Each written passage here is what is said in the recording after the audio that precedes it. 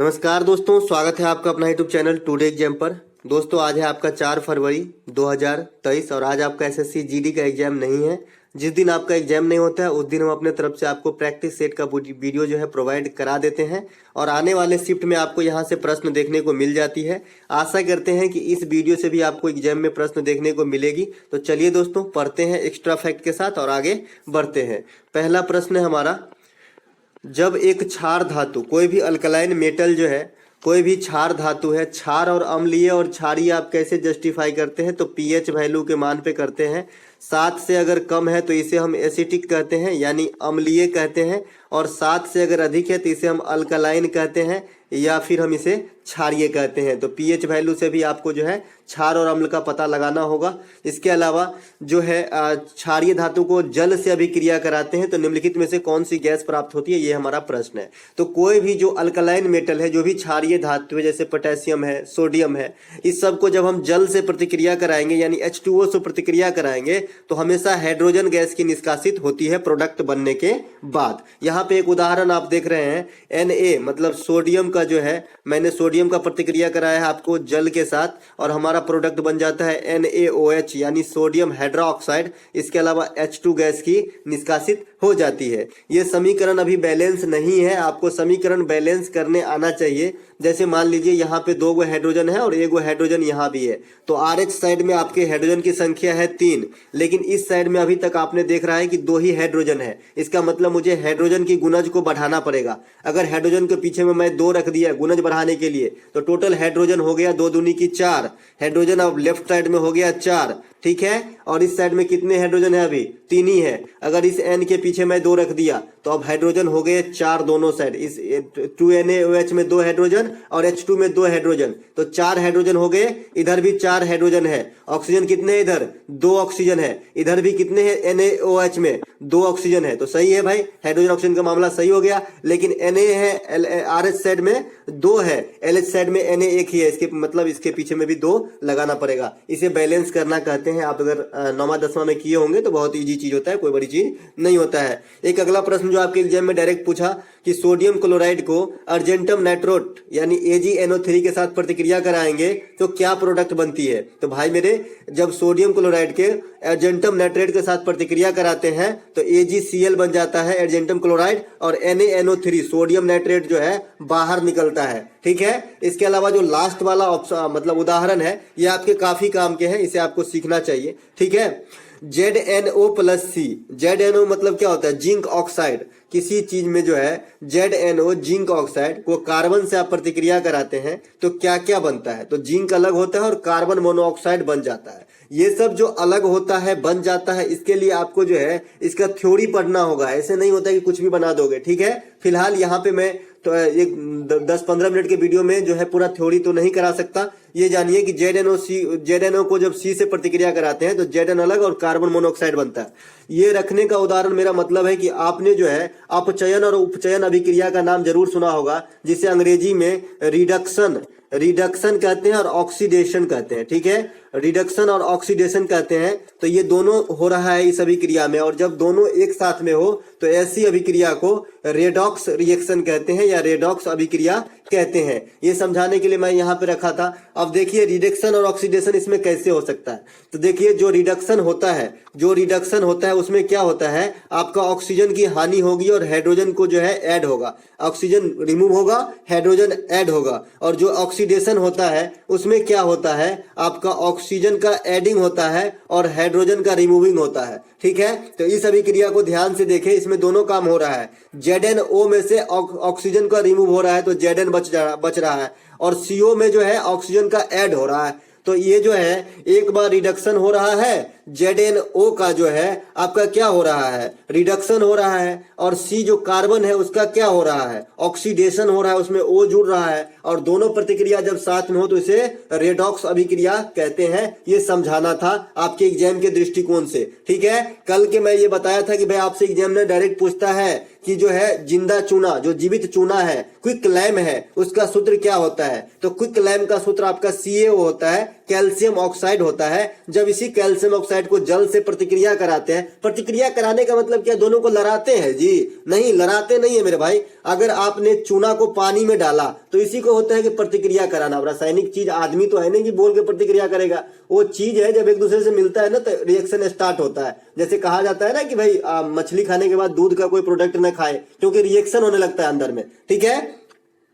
तो calcium oxide plus H2O है ना, तो H2O में जब भी जो जिंदा चुना जाता है, देखेंगे आप गांव घर में बुलबुला फेंकने लगता है और काफी गर्म बाल्टी हो जाता है। दीपावली के समय में पुताई का काम आप लोगों में से सबने जरूर किया होगा, मैंने तो किया है। तो क्या होता है, कैल्शियम हाइड्रोक्साइड बन जाता है और हीट माने उष्मा की उत्पत्ति होती है। और जिस भी अभिक्रिया में उष्मा की उत्पत्ति होती है उसे उष्माक्षेपीय अभिक्रिया, उष्माक्षेपीय अभिक्रिया कहते हैं। और जिसमें उष्मा का लॉस होता है उसे उष्माशोषी अभिक्रिया कहते हैं। इसके अलावा कुछ जो है सोडियम कार्बोनेट है, सोडियम बाइकार्बोनेट है यानी खाने वाला सोडा है, उसके बाद धोने वाला सोडा है Na2CO3 है, इसके बाद सोडियम हाइड्रोक्साइड है, इसके बाद आपका जैसे कास्टिक सोडा कहते हैं, इसके बाद जो है आपका ब्लीचिंग पाउडर है CaOCl2 है, इसके बाद प्लास्टर ऑफ पेरिस है। इस सब का सूत्र जरूर ध्यान में रखना है, यहीं से क्वेश्चन आ रहा है और इससे बाहर नहीं आ रहा है। नंद वंश के संस्थापक कौन थे? देखिए नंद वंश के संस्थापक है आपका महापदम नंद जी। कौन है? महापदम नंद जी। कभी कभी एग्जामिनर आपके जो एग्जाम में है वो सीरियल क्रम में पूछ देता है कि नंद मौर्य, उसके बाद आपका हो जाएगा सुंग, इसके बाद इसी को उलट देगा सुंग मौर्य नंद सुंग, इस प्रकार से। तो ये क्रम भी याद होना चाहिए। सबसे पहले याद रखें तो नंद आएगा, है ना। मगध की बात तो बहुत शुरुआत से तो हर्यक वंश से चलना पड़ेगा, उतना जाने दीजिए। नंद जैसे मैं अभी पढ़ा रहा हूं तो नंद मौर्य, नंद के बाद मौर्य, उसके बाद आपका जो है सुंग वंश आया था, ठीक है। तो ये तीनों ध्यान रखेंगे इस प्रकार से क्रम में। तो नंद वंश के अंतिम शासक कौन थे? धनानंद। इसी को हराया था कौन? चंद्रगुप्त मौर्य। किसके प्रयास से? कौटिल्य, विष्णुगुप्त या चाणक्य के प्रयास से। इसके बाद जो है चंद्रगुप्त मौर्य जो है ये पंजाब अभियान किया, मगध विजय किया, दक्षिण भारत भी विजय किया, ठीक है। ये काफी प्रतापी राजा रहे। इसके अलावा सल्तनत काल में दक्षिण भारत के विजय से कौन संबंधित है? तो अलाउद्दीन खिलजी। इसे क्या कहा जाता है? सिकंदर ए सानी कहा जाता है। सिकंदर ए सानी कहा जाता है, कहा नहीं जाता है, ये खुद से कहते थे कि मैं दूसरा सिकंदर हूं, ठीक है। इसके अलावा चंद्रगुप्त मौर्य की राजधानी कहाँ थी? तो पाटलिपुत्रा थी। चंद्रगुप्त मौर्य जो है 321 BC में गद्दी पे बैठा ऐसा माना जाता है। एनसीईआरटी के बुक में कहीं कहीं इसे 322 और 324 भी लिखा होता है, तो जो है आपको इग्नोर करना है क्योंकि इन तीनों में से कोई एक ही ऑप्शन रहेगा, ठीक है। तो 321 BC जो है सबसे ऑथेंटिक माना गया है इतिहासकारों के मुताबिक, और 297 BC में इसकी मृत्यु हो जाती है, ठीक है। इसके अलावा पुष्यमित्र शुंग ने मौर्य वंश के अंतिम शासक बृहद्रथ का हत्या कर दिया था। आपसे एग्जाम में डायरेक्ट क्वेश्चन एसएससी पूछता है कि मौर्य वंश के अंतिम शासक कौन थे? तो बृहद्रथ थे। इसकी हत्या कौन किए थे? पुष्यमित्र शुंग। अब पुष्यमित्र शुंग जो है पंडित थे और पंडित जी हत्या करके जो है आपका शुंग वंश का स्थापना किया था। तो ये बात भी ध्यान रखेंगे, ठीक है। इसके अलावा अर्थशास्त्र के लेखक जो है ये चाणक्य है, जो आपके चंद्रगुप्त मौर्य से जुड़े रहे, प्रधानमंत्री कहिए, उनका अभिभावक कहिए, सब कुछ कह सकते हैं। इंडिका के लेखक जो है मेगास्थनीज, ये भी चंद्रगुप्त काल की जो है राइटर है। इसके अलावा मौर्य काल में जो शिक्षा का सबसे बड़ा केंद्र था ये आपका तक्षशिला था, तो ये बात भी ध्यान रखेंगे, तक्षशिला। इसके अलावा ग्रीन पार्क स्टेडियम कहाँ स्थित है? तो ग्रीन पार्क स्टेडियम जो है कलिंग युद्ध और अशोक के बारे में एक एक चीज मैंने कल बता ही दिया है, उससे बाहर नहीं आएगा। ग्रीन पार्क स्टेडियम कहाँ स्थित है? तो ये आपका कानपुर में स्थित है। ग्रीन पार्क स्टेडियम पे क्रिकेट वगैरह होते हैं। ईडन गार्डन कहाँ है? ये आपका कोलकाता में स्थित है। चिन्ना स्वामी स्टेडियम कहाँ है? ये आपका बेंगलोर में स्थित है। बेबॉर्न स्टेडियम कहाँ है? ये आपका मुंबई में जो है स्थित है। मोटेरा स्टेडियम कहाँ है? ये आपका गुजरात में स्थित है।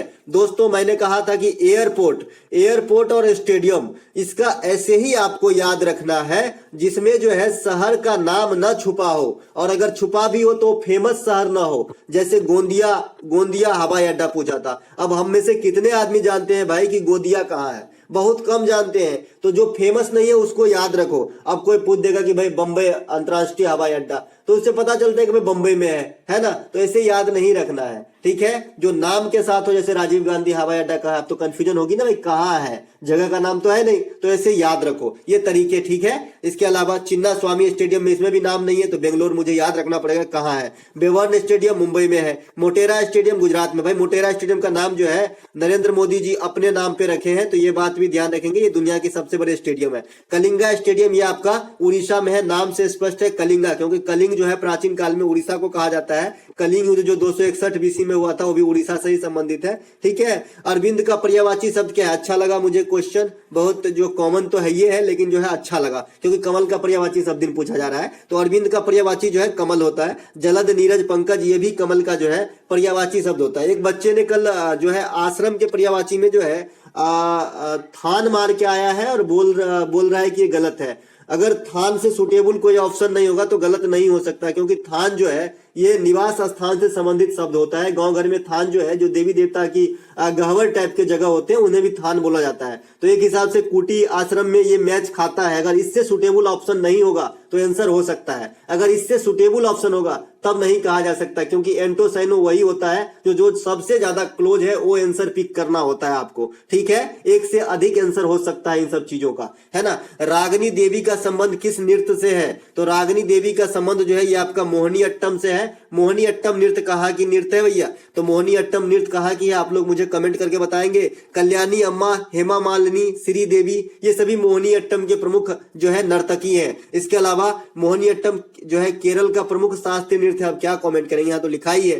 केरल का अन्य शास्त्रीय नृत्य जो है ये कथकली है, और एक होता है कथक। कथक आपका उत्तर भारत का है, जो बिरजू महाराज, लच्छू महाराज, ये सब जो है इनके प्रमुख नर्तक हैं। केरल के प्रमुख त्योहारों में जो है ये आपका पूछा गया है त्रिशूर पूरम है, इसके बाद बिशु है, ओनम है, मकर बिलक्कू है। ये सब जो है, मकर बिलक्कू मतलब मकर संक्रांति वाला ही त्योहार है। केरल के अंदर इसे मकर बिलक्कू कहते हैं, जैसे असम के अंदर इसे बिहू कहते हैं, उसी प्रकार से, ठीक है। तो ये चारों त्योहार केरल के अंदर है। वर्तमान समय में केरल सबसे अधिक साक्षरता, सबसे अधिक लिंगानुपात, सबसे निम्नतम शिशु मृत्यु दर के साथ जो है सभी चीजों में टॉप पे बैठा हुआ है। लेकिन पर कैपिटा इनकम कहे अगर आपसे कि भाई प्रति व्यक्ति आय इस समय जो है वर्तमान में किस राज्य की है, तो भूल से भी केरल मत मार देना, तेलंगाना की है। वो एक जमाना था जो रहता था, गोवा का भी रहा है, लेकिन अभी जो है वर्तमान में ये तेलंगाना का है प्रति व्यक्ति आय में सबसे ऊपर, ठीक है। सबरीमाला अयप्पा मंदिर ये आपका केरल में स्थित है। बृहदेश्वर मंदिर ये आपका तंजौर तमिलनाडु में स्थित है। इसे राजराज प्रथम ने बनाया था, ये भी आपसे पूछा जाता है। ये चोल शासक थे। चोल शासक किस लिए प्रसिद्ध था प्राचीन काल में? तो नौसैनिक सेना के लिए। इसके पास जो है बहुत बड़ा नेवी का जो है पावर होता था चोल के पास। इसके अलावा कोणार्क का सूर्य मंदिर ये आपका उड़ीसा में है। मोढेरा का सूर्य मंदिर ये आपका गुजरात में है। ये बात ध्यान रखेंगे। कंबोडिया में जो है मंदिर जो दुनिया में सबसे बड़ा मंदिर है, ठीक है, तो ये बात भी ध्यान रखेंगे, अंकोर वाट मंदिर। इसके अलावा वर्ष 2023 के अंदर अंडर 90 महिला वर्ल्ड कप का आयोजन कहाँ हुआ? अभी तो मामला शांत भी नहीं हुई, अभी तो खुशियां मनाई जा रही देश में, क्योंकि इंडिया ने जीता है। ये दक्षिण अफ्रीका में कराई गई थी। और फाइनल मैच में किसको हराया? तो फाइनल मैच में जो है ये आपका किसको हराया? इंग्लैंड को हराया था, ठीक है। इंग्लैंड जो है हार गया था फाइनल मैच में। भारत के तरफ से कप्तान सेफेली वर्मा थे। इस टूर्नामेंट में 16 टीमों ने भाग लिया था। प्लेयर ऑफ द टूर्नामेंट जो है इंग्लैंड के कप्तान ग्रेस स्क्रीमबेस को मिला था, है ना। ये ध्यान रखेंगे। ये कभी कभी जो है प्लेयर ऑफ द टूर्नामेंट पूछ देता है टूर्नामेंट खत्म होने के बाद। इसके बाद वर्ष 2023 का जो फीफा महिला वाला वर्ल्ड कप होगा ये आपका ऑस्ट्रेलिया और न्यूजीलैंड में होगा। इसके अलावा 2023 के आईसीसी क्रिकेट वर्ल्ड कप जो होगा ये आपका भारत में होगा। तो ये पुरुष वाला है, विराट कोहली वाला, ठीक है। आईसीसी 2023 T20 महिला वर्ल्ड कप भी होना है, तो ये आपका दक्षिण अफ्रीका में होना है, ठीक है। चलते हैं आगे। इसके अलावा भारत के संविधान के संघ से संबंधित अनुच्छेद कहां से कहां तक है? देखिए, संघ से संबंधित जो है ये भाग 5 में है, और राज्य से संबंधित जो है ये भाग 6 में है। इसे बार बार रिपीट किया जा रहा है। 3 दिन पूछा गया है। चौथा दिन क्या इत्तेफाक कल भी हो सकता है? वैसे आर्टिकल वाला जो वीडियो है उसे आप लोग देखे कि नहीं देखे, उसे देख लीजिएगा क्योंकि जब भी संविधान से क्वेश्चन आएगा आर्टिकल, भाग, अनुच्छेद, इस अनुसूची, उससे आपको बाहर नहीं छूटेगा। ठीक है, तो यहाँ पे जो आपका जो संघ की बात कही गई है ये भाग 5 में कही गई है और ये आर्टिकल कवर करते हैं 52 से 151। याद रखने की तरीके बड़े अच्छे हैं। 52 से 151 और अगला स्टार्ट होता है 152 से, जो आपका भाग 6 है जिसमें राज्यों को रखा गया है, द स्टेट को रखा गया है। ठीक है, तो दोनों बात ध्यान रखेंगे। 5 में क्या है, संघ है, कहां से कहां तक, 52 से 151। और वैसे भी आप दूसरे तरीके से भी इसे याद रख सकते हैं। बताइए कैसे कैसे याद रख सकते हैं इसे? तो आप रख सकते हैं याद ऐसे कि भाई देश के सर्वोच्च नागरिक होता है राष्ट्रपति, और राष्ट्रपति से संबंधित जो आर्टिकल है कि भारत में एक राष्ट्रपति होगा, ये आर्टिकल 52 है। तो यहीं से स्टार्ट होता है संघ। अब इसमें राष्ट्रपति आएगा, उपराष्ट्रपति आएगा, महान्यायवादी आएगा, संसद आएगा, सर्वोच्च न्यायालय आएगा, ये सब चुनाव आयोग जो है ये साइड में आएगा। ठीक है, इसमें जो है इतना चीज आएगा। ठीक है, तो ये जो है आपका संघ से संबंधित चीज हो गया। फिर आप राज्य को भी याद रख सकते हैं कि कहां से कहां तक है। राज्य को जो याद रखने की तरीके हैं, 153 में आपको राज्यपाल कहा गया है। ठीक है, कि राज्यपाल होगा भारत के सभी राज्य के लिए एक राज्यपाल होगा, अगर नहीं भी होगा तो दूसरे राज्य के राज्यपाल अतिरिक्त कार्यभार के काम में संभालेंगे। ठीक है, तो 152 से आपका जो है एक पहले कर दीजिए, वहां से जो है आपका राज्य चालू होता है और राज्य का भाग है 6ठा भाग। इसके अलावा भारत के संविधान में कुल कितने भाग हैं, तो जो 22 भाग हैं, जो कितने भागों में विभक्त हैं, तो 25 भागों में विभक्त है। जैसे 4 से 4 का ए बनाया गया और इसमें मौलिक कर्तव्य को रखा गया था 1976 के अंदर, जब 42वां संविधान संशोधन 1976 में मौलिक कर्तव्य को जोड़ा गया था।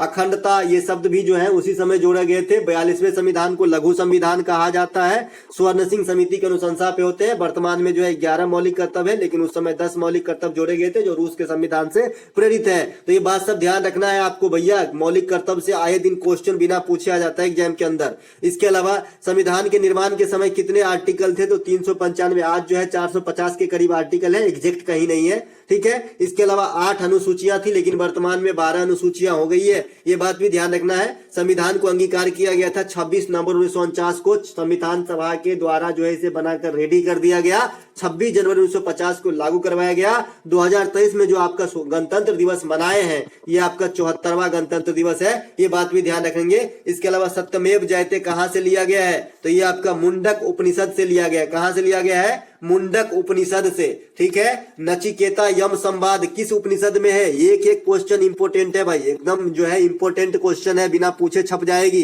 क्योंकि वेद के तरफ देख रहा है एग्जामिनर बहुत दिन से। अब जो है उपनिषद और पुराण के तरफ भी देखेगा। कब तक बकरे की माँ खैर मनाएगी, है ना।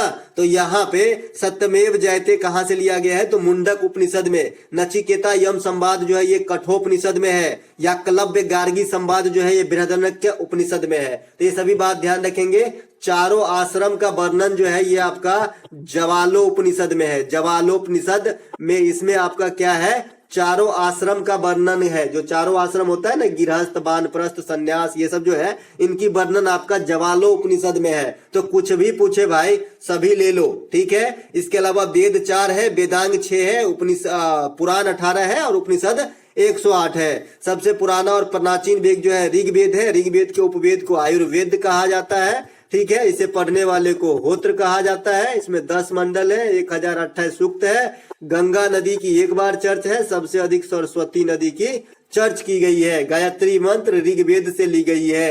ये बात सब जो है आपको ऋग्वेद के बारे में ध्यान रखना है। अथर्ववेद जो है ये सबसे बाद वाला वेद है, इसे जादू टोना वाला वेद भी कहा जाता है। इसके अलावा साम वेद है, इसके उपवेद का नाम गंधर्व वेद है। गंधर्व मतलब देवी देवता से संबंधित शब्द होता है और इसे जो है भारतीय संगीत का जनक कहा जाता है। तो ये संगीत वाला वेद है। इसके अलावा यजुर्वेद जो है ये गद्य और पद दोनों में लिखा गया है। कृष्ण पक्ष शूल पक्ष जो है ये इसमें जो है दोनों में लिखा गया है आपका गद्य और पद में। इसके अलावा मत्स्य पुराण जो है ये सबसे बड़ा पुराण है और ये जो है सबसे प्रमाणिक पुराण भी है, मत्स्य पुराण। ये कई बार एग्जाम में पूछा गया है। संयुक्त राष्ट्र संघ ने वर्ष 2022 को किस वर्ष के रूप में घोषित किया है, तो संयुक्त राष्ट्र संघ ने वर्ष 2022 को मत्स्यकी पालन के रूप में घोषित किया है। मत्स्यकी मतलब मछली होता है, मत्स्य मतलब मछली होता है। तो इसको बढ़ावा देने के लिए इस पालन का वर्ष घोषित किया गया है 2022 के। और 2022 में साथ ही साथ जो है ग्लास मतलब कांच, इसके इसके वर्ष भी घोषित किया गया है। ठीक है, दोनों साथ साथ में किया गया है। संयुक्त राष्ट्र संघ की स्थापना कब होती है? 24 अक्टूबर 1945 को होती है। ये कहां पर स्थित है? तो मैनहट्टन द्वीप पर स्थित है। ये जो भूमि दिया था दान में, रॉकफेलर दिया था। ठीक है, ये बात भी पूछा जाता है एग्जाम के अंदर। वर्तमान में संयुक्त राष्ट्र संघ के जो अध्यक्ष हैं ये कौन है? एंटोनियो गुतेरस है। अंतर्राष्ट्रीय न्यायालय का मुख्यालय कहाँ है? द हेग नीदरलैंड में है। और संयुक्त राष्ट्र संघ के जो अन्य ब्रांच है उनके मुख्यालय न्यूयॉर्क में ही है। ठीक है, तो ये बात भी ध्यान रखेंगे। अन्य सभी का जो ब्रांचेस है वो न्यूयॉर्क में है, और एक्सेप्ट जो आपका अंतर्राष्ट्रीय न्यायालय है ये भी संयुक्त राष्ट्र संघ का एक संस्था है। इसका मुख्यालय जो है आपका नीदरलैंड द हेग में है। अगला प्रश्न हमारा, नागालैंड में आयोजित होने वाली हॉर्नबिल महोत्सव का आयोजन कब किया जाता है? देखिए, नागालैंड में हॉर्नबिल का आयोजन किया जाता है तो ये प्रत्येक साल जो है 1 से लेकर 10 दिसंबर तक किया जाता है। ठीक है, इसीलिए इसे त्योहारों का त्योहार कहा जाता है। तेलंगाना के जो महोत्सव है बतुकम्मा, इसे फूलों का त्योहार कहा जाता है। वैसे एक फूलदेई त्योहार भी होता है जो आपका उत्तराखंड का है। ठीक है, इसके बाद इसी फॉर्म में एक नौखाई त्योहार होता है जो आपका ओडिशा का है। ठीक है, इसके अलावा बतुकम्मा को भी फूलों का त्योहार कहा जाता है, जो आपका कहाँ का है? तेलंगाना का है। तेलंगाना में बोनालू महोत्सव और मेदराम यात्रा भी होता है। धनु यात्रा जो है आपका उड़ीसा में होता है, और खाली यात्रा कहेगा तो पश्चिम बंगाल में होता है। प्रतिवर्ष 26 दिसंबर को कौन सा दिवस मनाए जाने की घोषणा की गई? तो वीर बाल दिवस। अब वीर बाल दिवस किसकी स्मृति में मनाई जाएगी? तो जो गुरु गोविंद सिंह थे ना, उनके संतान को जो है हत्या कर दिया गया था, तो इन्हीं के जो है स्मृति में मनाए जाएंगे आपका जो है वीर बाल दिवस। ये माननीय मोदी जी ने घोषणा किया है। तो अब जो है 26 दिसंबर को मनाया जाएगा। दिसंबर माह के कुछ और आगे है तो देख लीजिए, 25 दिसंबर को आपका सुशासन दिवस मनाया जाता है। सुशासन दिवस जो है आपका अटल बिहारी वाजपेयी साहब के जन्मदिन पे मनाया जाता है। वैसे जो है बिहार के अंदर नीतीश कुमार को सुशासन बाबू कहा जाता है। ठीक है, इसके अलावा 23 दिसंबर को जो है चौधरी चरण सिंह के जन्मदिन पे ये भी क्वेश्चन पूछा गया। चौधरी चरण सिंह के जन्मदिन किसान दिवस मनाया जाता है, ये बात भी ध्यान रखेंगे। 24 दिसंबर को जो है राष्ट्रीय उपभोक्ता अधिकार दिवस मनाया जाता है, ये बात भी ध्यान रखेंगे। 2 दिसंबर को कंप्यूटर साक्षरता, 1 दिसंबर को एड्स दिवस, 10 दिसंबर को अंतर्राष्ट्रीय मानव अधिकार दिवस। इसी 10 दिसंबर को जो है आपका नोबेल पुरस्कार की घोषणा की जाती है, जो अल्फ्रेड नोबेल का पुण्यतिथि भी है। ठीक है, तो ये सभी बातें को ध्यान रखना है दोस्तों। आप करी से करी मिला के चीजों को पढ़ते हैं ना, बहुत दिनों तक आपको याद रहेगा। मैं अपना एक्सपीरियंस आपके साथ बता रहा हूं। इसके अलावा गुरु गोविंद सिंह जो है खालसा पंथ की स्थापना किए थे आपको 1699 ईस्वी में, ये बात भी ध्यान रखेंगे। अलग से पूछा जाता है कि खालसा पंथ के संस्थापक कौन थे, तो गुरु गोविंद सिंह थे। गुरु गोविंद सिंह जो है सिख धर्म के अंतिम गुरु हुए, यानी 10th गुरु हुए। पहला गुरु जो है गुरु नानक है। गुरु गोविंद सिंह का जन्म पटना साहिब में, पटना से थोड़ा सा और आगे जाएंगे तो पटना सिटी के पास एक पटना साहिब करके छोटा सा स्टेशन है, वहीं पर है, गुरुद्वारा भी है पटना साहिब में, तो यहीं पर जन्म हुआ था। और समाधि जो है ये महाराष्ट्र के नांदेड़ में है। ठीक है, इसके अलावा औरंगजेब ने गुरु तेग बहादुर की हत्या करवाई थी, तो ये क्वेश्चन भी आपके एग्जाम में आता है। इसके अलावा वर्तमान समय में शिक्षा मंत्री कौन है? तो धर्मेंद्र प्रधान जो है भारत के वर्तमान में शिक्षा मंत्री है। आपको याद होगा कि राष्ट्रीय शिक्षा नई शिक्षा नीति लागू किया गया था 2020 में, और ये आपका आधारित है 5+3+3+4 के रेशियो में। पहले का जो शिक्षा नीति होता था 1986 वाला, ये था आपका 10+2+3, यानी पहले मैट्रिक करो, फिर 2 साल की इंटर और 3 साल की ग्रेजुएशन। लेकिन अब भी 15 है, लेकिन पहले 5, फिर 3 स्लैब, फिर 3 स्लैब, फिर 4 स्लैब, इस प्रकार से। अरे तो ये तो चाइनीज लेटर बन गया भाई, है ना। इसके अलावा वर्तमान में खेल मंत्री कौन है? तो ये अनुराग ठाकुर है। ठीक है, पहले किरण रिजिजू थे और इसको रिप्लेस करके जो है आपका अनुराग ठाकुर जो है वर्तमान में खेल मंत्री है। खेल से संबंध में आ गया तो एक और है कि रोजर बिन्नी जो है वर्तमान में बीसीसीआई के अध्यक्ष है। बीसीसीआई के सचिव जो है ये आपका जय शाह है। जय शाह कौन है? ये सब सभी जानते हैं। आईसीसी के अध्यक्ष भी रख लीजिएगा, ग्रेग बर्कले है। ग्रेग बर्कले जो है आपका कहाँ का है? तो न्यूजीलैंड के रहने वाले हैं। ठीक है, आईसीसी का मुख्यालय भी पूछा जाता है, दुबई के अंदर स्थित है। इसके अलावा भारत के वर्तमान लोकपाल जो है ये आपका प्रदीप कुमार मोहंती जी हैं। और प्रथम लोकपाल कौन बने थे? तो पिनाकी चंद्र घोष थे। लोकपाल शब्द को जो है स्कैंडिनेवियाई संविधान से लिया गया है, ये बात भी आपको ध्यान रखना है। भारत में कूचिकल जलप्रपात किस नदी पर स्थित है? तो ये आपका बराही नदी पर स्थित है। बराही नदी कहाँ पर है? तो ये आपका कर्नाटक के अंदर है। इसके अलावा ये भारत की सबसे ऊंची जलप्रपात भी है। पहले कभी जो जोग या गोरसप्पा जलप्रपात हुआ करता था, लेकिन अब वर्तमान में कूचिकल जलप्रपात भारत की सबसे ऊंची जलप्रपात है, ध्यान रखेंगे। इसके अलावा धुआंधार जलप्रपात जो बार बार पूछा जाता है, ये आपका नर्मदा नदी पर है, जबलपुर के भेड़ा घाट में स्थित है। इसके अलावा शिवा समुद्र जलप्रपात ये आपका कावेरी नदी पर है। ठीक है। इसके अलावा हुंडरू जलप्रपात ये आपका स्वर्ण रेखा नदी पर झारखंड के अंदर स्थित है। चित्रकूट जलप्रपात ये आपका इंद्रावती नदी पर जो है छत्तीसगढ़ में स्थित है और इसे भारत का नियाग्रा कहा जाता है। नियाग्रा फॉल जैसे आप जानते हैं कि यूएसए और कनाडा के संगम पे है। इसके अलावा भाषाई आधार पर बनने वाला प्रथम राज्य ये था आंध्र प्रदेश, 1956 में बना था। राज्य पुनर्गठन आयोग के जो अध्यक्ष थे ये आपका न्यायमूर्ति जो है जस्टिस फजल अली थे। इसके अलावा आंध्र प्रदेश से तेलंगाना जो अलग हुआ था ये आपका 2014 में अलग हुआ था। 2014 में अलग हुआ था। एक बार इसको कंफर्म कर लीजिएगा, 2014 में हुआ था। जनगणना 2011 के अनुसार किस केंद्र शासित प्रदेश में सर्वाधिक अनुसूचित जाति निवास करती है? देखिए लॉजिकल क्वेश्चन है ये। आप जैसे ही जाति वाला देखते हैं कि कहां पर होगा तो मध्य प्रदेश टिक करके आ जाते हैं, लेकिन हो जाएगी गलत, है ना भाई। एक होता है कि अनुसूचित जाति और एक होती है अनुसूचित जनजाति। तो अनुसूचित जाति जो है सबसे ज्यादा आपका दिल्ली में जो है सबसे ज्यादा अनुसूचित जाति पाया जाता है केंद्र शासित प्रदेश में। और अगर राज्य में पूछा जाए कि सबसे अधिक अनुसूचित जाति वाला राज्य कौन सा है तो उत्तर प्रदेश। दोस्तों खांसी आ रहा है इसीलिए रोक देता हूं। 2011 में जो है जनगणना के अनुसार सबसे ज्यादा अनुसूचित जाति वाला राज्य उत्तर प्रदेश है और सबसे अधिक अनुसूचित जनजाति जिसे आप एसटी कहते हैं ये जो है आपका मध्य प्रदेश है। तो दोनों बात को अलग से ध्यान रखेंगे। एग्जामिनर हो गया चालाक, दे देगा अनुसूचित जाति कहां पर है और आप तो पहले से जानते हैं कि मध्य प्रदेश मार के आ जाना है, मध्य प्रदेश करके आ जाओगे, हो जाएगी गलती। अगला प्रश्न, इनमें से कौन सा रोग विषाणु से होती है? तो विषाणु से जो रोग होने वाली है ये आपका हर्पीस है, गनोरिया है, पोलिया है, इसके बाद एड्स है, सर्दी जुकाम हो, इन्फ्लुएंजा है, ये सब जो है विषाणु से होने वाली रोग है। इसके अलावा हेपेटाइटिस जो रोग होते हैं ये भी विषाणु से ही होते हैं, ये भी बात ध्यान रखिएगा। इसके अलावा विषाणु की खोज जो है इवान बस्की ने किया था, जीवाणु की खोज एंटोनियो वन ल्यूवेनहॉक ने किया था। ये सभी बात ध्यान रखना है। तो दोस्तों ये था हमारी तरफ से सुझाए गए जो है प्रैक्टिस सेट का वीडियो। अगर आपको अच्छा लगा तो लाइक कर लेंगे। मिलेंगे एक नए वीडियो में, तब तक के लिए जय हिंद।